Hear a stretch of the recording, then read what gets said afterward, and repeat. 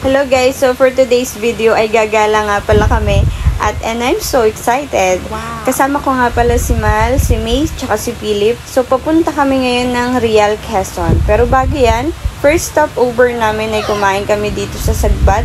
Pinakamasarap na kainan dito sa, hindi ko sure kung saan, basta doon. Masarap yung chicken nila.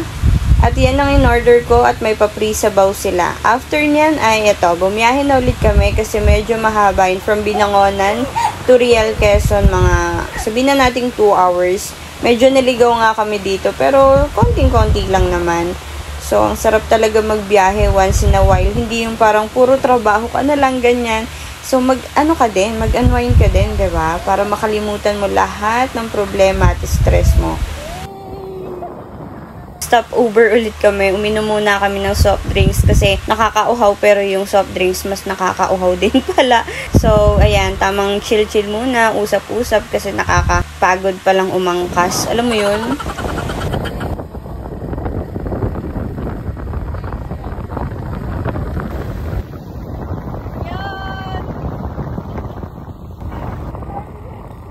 Ayan, at nakita din namin yung dagat. Iba pala talaga yung feeling kapag nakita mo na yung dagat. Worth it yung pag-upo mo, yung pag-angkas mo kahit masakit sa puwet. Nagreklamo, angkas na nga lang. So, ayan, sobrang saya lang. Sobrang nakakakilig nung feeling kapag malapit ka na dun sa lugar na pupuntahan nyo. Ayan, at nadaanan namin yung I Love Malapad. So, tumigil din nga pala kami dito kasi medyo mahaba na yung tinakbo namin. So, ayan. May mga naliligo din pala dito pero medyo pangit kasi walang cottage, 'di ba? Kung gusto mong malinis talaga after mo mag-swimming, doon ka dapat sa mga cottage. At sa wakas nakarating din kami sa Real, Quezon. At dito nga pala kami sa Glamper Grove Resort. So ito yung napili namin kasi mas maganda tong area na to sa lahat. So ito meron sila ditong information, dito ka magbabayad, dito ka o-order. So, wala kaming pagkain, kaya nag-order na lang kami dyan. So, meron din silang table, tent. Yung table na yan, 500 pesos. Tapos yung tent, 500 pesos din. Tapos, etong kubo nila na may bubong, 1,000 pesos yan. Pero, mas pinili namin yung tent kasi para mas safe yung gamit namin if ever na mag-swimming kami. At least, nakalock. Walang papasok, diba?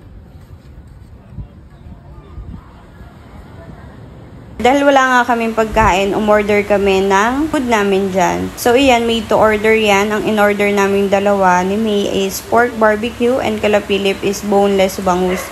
In fairness, masarap naman siya. O yan, lakad.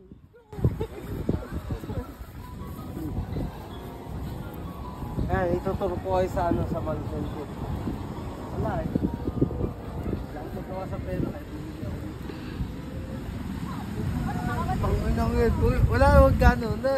No, holding hands so. Yung.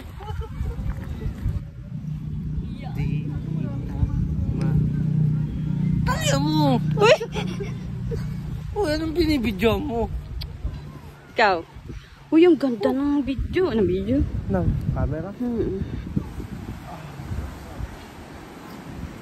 Hindi ko nyari nagbabatuan tayong buha. Mata. Geng geng! Geng geng!